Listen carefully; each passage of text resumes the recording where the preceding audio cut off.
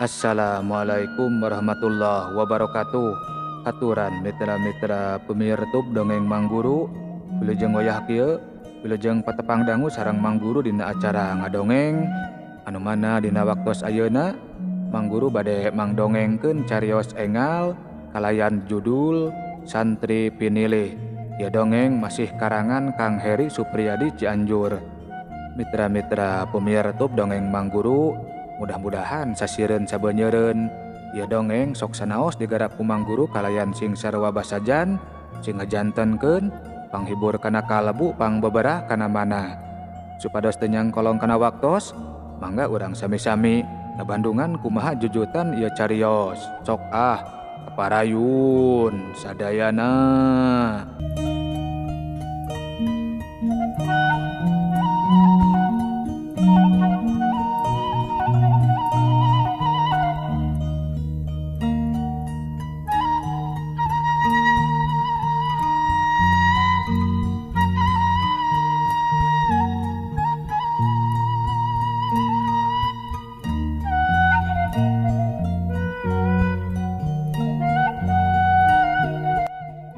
Mitra-mitra pemirsa dongeng Mangguru, bismillah bubukaning carita. Sarah ngenge meletek di belah wetan, cahyana anu masih keneh semu beureum, mimiti nyaangan hiji pilemburan anu perenahna aya di wewengkon pagunungan. Endah kacida mun ceuk disidik-sidik mah eta pilemburan teh pating jarumplukna suhunan imah anu masih keneh narenggang rada ancal-ancalan paselang jeung pating jarumplukna tatangkalan. Upluk aplakna kebon jeung pasawahan ngampar di kiduleun jeung di wetaneunana.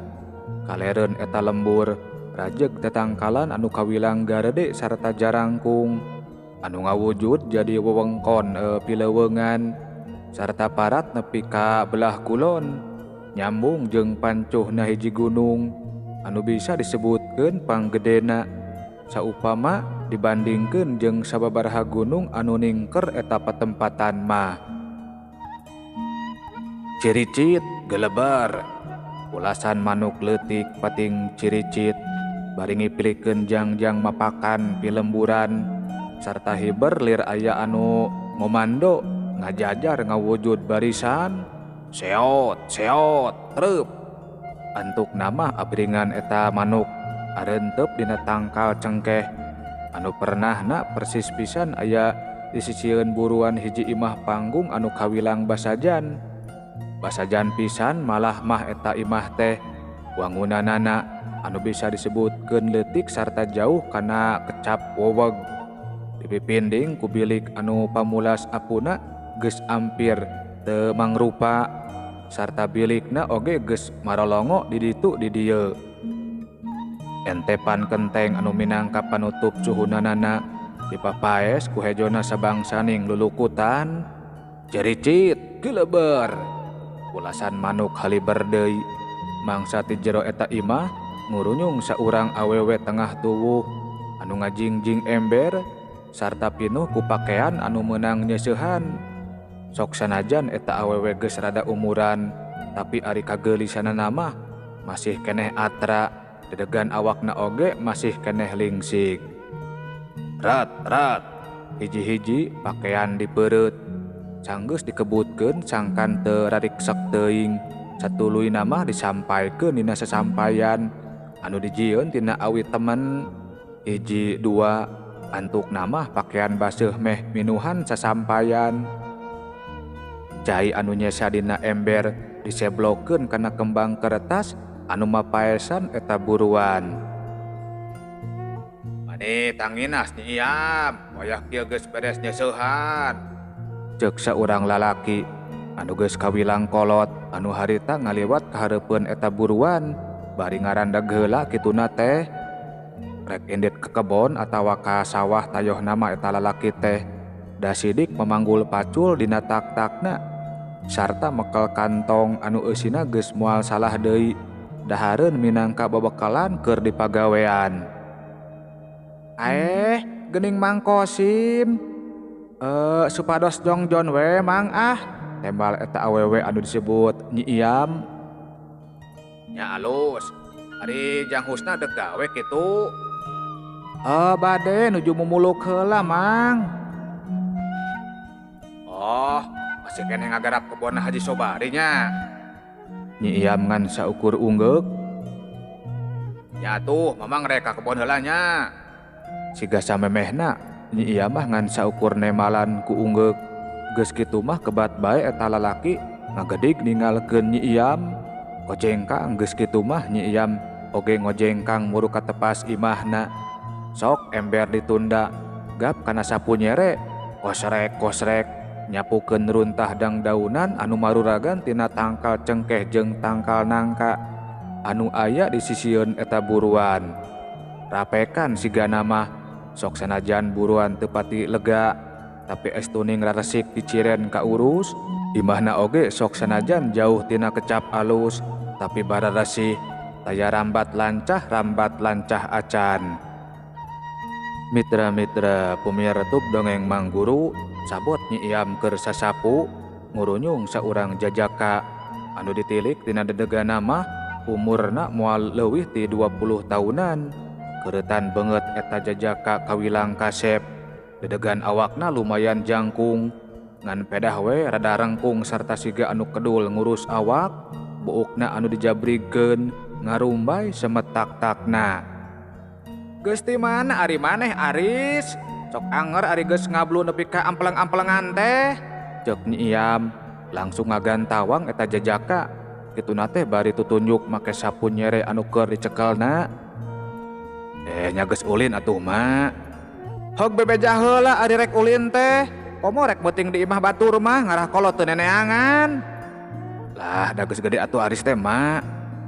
Sok nemal sia ka kolot teh. Ceuk Nyi Iyam siga anu pohara keheuleunaana.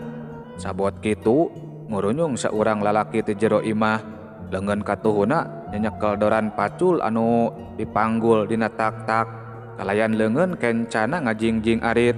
Kang Husna tea sigana mah sanapina kahareupeun anak jeung pamajikanana. Sok Kang Husna nunda heula pacul jeung aritna. Geus ti mana ari maneh? Tetep Kang Husna pohara seukeutna. Jang Aris ngan saukur tungkul, sigana mah sieun ari kudu jadi bapa nama. Geus di mana? Ceuk Kang Husna rada nyentak ayeuna mah.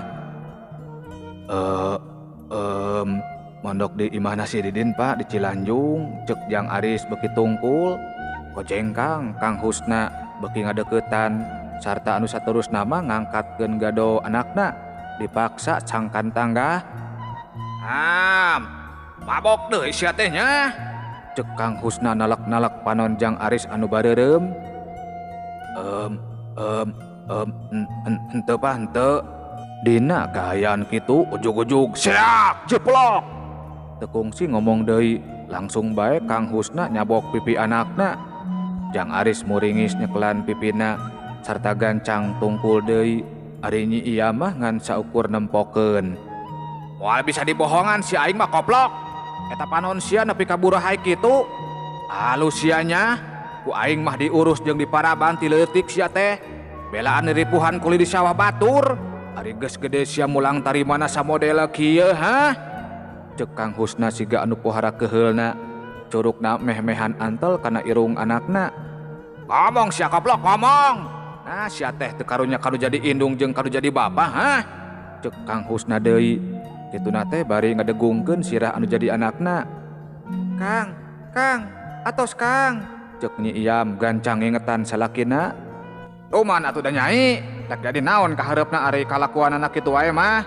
Dipasantrenkeun mumul, barang gawe mumul, salat tara, balik ka imah ngan saukur menta duit jeung dahar. Disemet ayeuna mah neangan duit sorangan sia. Ku aing mah moal dibere. Ngarah nyaho kumaha hesena neangan duit teh. Tempas Kang Husna kituna teh bari ngadegung-degungkeun deui sirah anakna. Atos Kang, atos, angguran mah geramios bilih kasiangan. Ceuk Nyi Iyam siga anu teu tega ari nempo anakna terus-terusan didegung-degungkeun kudu jadi salakina mah. Awas ya lamun rek kitu wae, montong nganggap apa ka aing sia. Montong mantog deui ka dieu, jor we sia rek indit ka mana wae oge. Ari sia keukeuh rek neugdeug wae mah. Kang, atos Kang. cek Nyi Iyam ngagebig-gebig leungeun salakina. Dina kaayaan jamotrot geus kitu mah Kang Husna ngojengkang nyokot arit jeung paculna. Gedig anu satuluyna mah ningalkeun anak jeung pamajikanana. Nah, ari maneh atuh Aris kalakuan teh ngan kitu wae. Cek Nyi Iyam sanggeus salakina rada jauh. Tekung sinemal koloyong jang Aris mah muru ka imahna. Nyi Iyam mah bati gogodeg mangsa nempo pamolah anakna anu samodel kitu teh. Ya Allah, raraosan mah kirang kumaha ngatik ngadidik sareng ngadoakeun pun anak teh supados janten jalmi anu soleh, janten jalmi anu mangpaat kanggo balarea. Ayeuna mah mangawe nyangakeun sagala rupina ya Allah. Rumaos abdi mah teu walakaya. Gerendeng Nyi Iyam sanggeusna jang Aris asup ka jero imah. Kituna teh bari jeung atrapisan aya kana langsa dina paroman beungeutna. Kosrek geus kitu mah Nyi Iyam neruskeun deui sasapuna.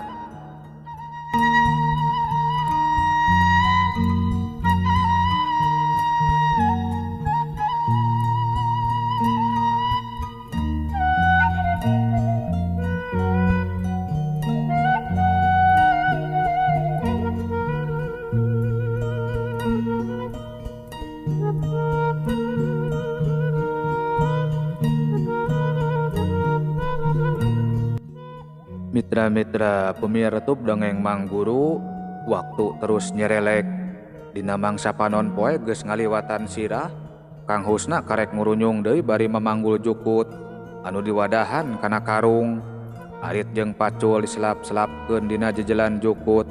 Siga anu narah-nahi pisan katempona teh da bubuhan geus meres tanaga dina moreretna panon poe. Nggoning nyiar kipayah pikeun nyumponan bubutuh kulawargana. Teu langsung asup ka imah, Kang Husna ngoreleng heula ka pipir. Muru sora domba anu teu eureun beberelean geus lalapareun pisan tayohna mah. Teu lila antarana jep sora domba jempe. Kalayan tekung silila oge, Kang Husna geus ngurunyung deui. Gek ditepas imah nyaranekeun awakna kana tihang anu geus koropokan. Tos mulih Kang, tanya Nyi Iyam anu ngurunyung bari nananggeuy cai dina cangkir. Dina kaayaan mamake mukena keneh. Kang Husna ngan saukur nembalan ku ungeuk. Kituna teh bari gancang nampanan cangkir anu diasongkeun ku pamajikanana. Regot cai diinum nepi ka beakna, bakat ku hanaang pisan tayohna mah. Bade tuang ayeuna Kang. Engkewe mun geus mandi Nyi, ayeuna mah hayang nuuskeun heula kesang. Oh nya si Aris ka mana? Nuju ti berakang. Geus salat kitu. Bujang-bujang atuh Kang. Goblok teh nya. Cung kojeng Kang. Dina tungtung kecapna langsung bae Kang Husna cengkat tina diukna. Sarta anu saterusna mah ngojengkang ka jero imah dituturkeun ku pamajikanana. Mitra-mitra pemirtub dongeng Mang Guru, sanepina ka hiji kamar sanggeusna hordeng anu jadi pipinding lawang panto disingkapkeun. Nyawe kasampak jang Aris masih keneh ngarengkol. Ceg Kang Husna kana sapu injuk. Kojeng Kang, hiuk, habak. Gurubug jang Aris anu keur mejehna ti brasare. Nepi ka ngagurubug siga anu pohara reuwaseunana. Sarta anu saterusna mah peperengkelan bari ngusapan bujurna. Nempo kitu teh Nyi Iyam mah nepi ka gegebegan. Gerah manis ya teh koplok, terus salat. Ngan molor jeung molor we sia pagawean teh. Cek Kang Husna poporongos bari ngamang-ngamang sapu injuk anu keur dicekelna. Teu nemal jerut jang Aris turun tina dipan. Ceg kana anduk belel anu digantungkeun dina galar. Koloyong kaluar ti kamarna, diteuteup ku nu jadi indungna jeung ku nu jadi bapana. Tong galak teuing ka budak teh atuh Kang, hawatos. Cek Nyi Iyam neuteup ka salakina. Lah, tuman, di leuleyan mah moal aya kasieun. Tembal Kang Husna semu ngahegak. Siga anu teu wani rek nembal deui Nyi Iyam oge ari nempo salakina keur dina kaayaan amarah anu ngabebala samodel kitu mah. Koloyong Nyi Iyam karohangan dapur. Kang Husna oge milu nuturkeun. Sanapina ka dapur gek Kang Husna dina dipan. Ngado nempokeun pamajikanana anu keur ngasur-ngasurkeun suluh dina hawu. rohangan eta dapur teu make palupuh siga di patengahan ngan saukur ku amparan taneuh anu rada rarenjul. Akang, ieu karaman si Jolad meuweuh deui saurna teh ayeuna mah. Wengi tadi oge dombana Mang Usup dipaling opatanana. Ceuk Nyi Iyam buka deui wangkongan. Nya cenah, tadi oge basa di kebon rame. Sing ati-ati Kang, domba urang oge bilih digalaksak. Mangkaning pan eta mah kanggo modal urang upami si Aris bade nikahan. Nya sindirak sawelah urang mah di pasir peuteuy oge sarua cenah Nyi. Aya anu kapalingan domba jeung munding. Baruk ceuk Nyi Iyam pohara ngajenghokna. Kang Husna nembalan ku ungeuk. Mangsa Kang Husna jeung Nyi Iyam keur aruplek pantok kamar cai anu rohanganana ngahiji jeung dapur ngulutrak aya anu muka sarta dituturkeun ku bijilna Jang Aris anu geus bucis. Wuduh heula henteu, ceuk Kang Husna netep seukeut kanu jadi anakna. Nya komo we atuh Pak. Bisi we henteu. Jong atuh geura salat. Geus salat geura dahar. Tetela sok sanajan keur dina kaayaan keheul ka Jang Aris. Tapi ari kana eusi beuteung anu jadi anakna mah Kang Husna oge teu waleh inget. Teu ngomong deui geus kitu mah gura-giru bae Jang Aris ngoloyong ka kamarna.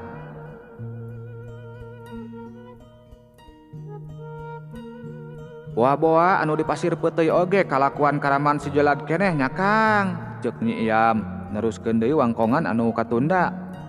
Geus moal salah deui Nyai, eta oge aya anu nempoan mah ngan teu wanieun ngalawan da sieun cilaka. Mohon ari kitu teh mah da dilawan oge sanes lawaneun Kang, sok ngarah engkena.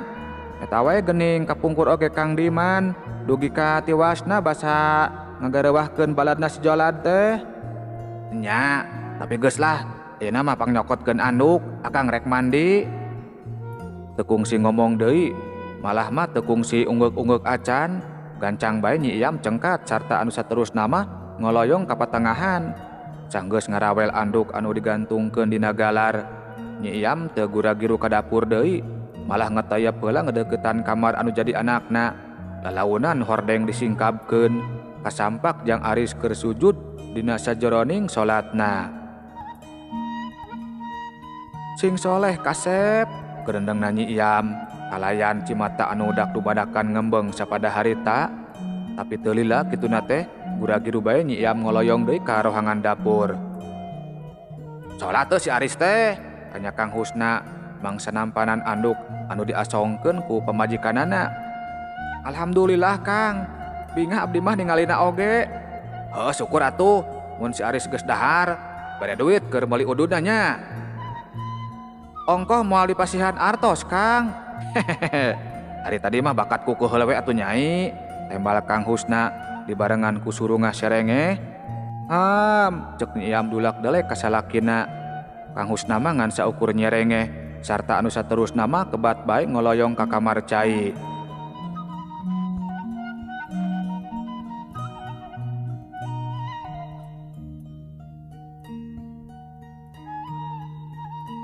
Husna, Aris.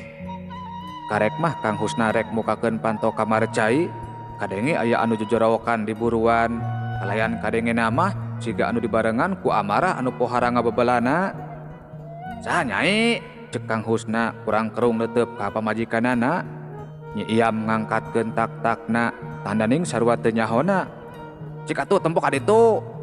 Mitra-mitra pemirsa YouTube dongeng Mang Guru, tekung sinemal, gancang bae Nyi Iyam ngojengkang, sarta anu saterusna mah noong tina liang bilik. Pohara ngagebegna Nyi Iyam, mangsa di buruan imahna, katembong aya 5 jalma anu keur pating bedega, sarta mamawa bedog jeung paneunggeul sagala. Yeh, cag heula nya he. Insyaallah sanes waktos ieu dongeng urang teraskeun deui. Mang Guru sijamit mungkur amit mundur. Billahi taufik wal hidayah. Wassalamualaikum warahmatullahi wabarakatuh. Cagah per mios.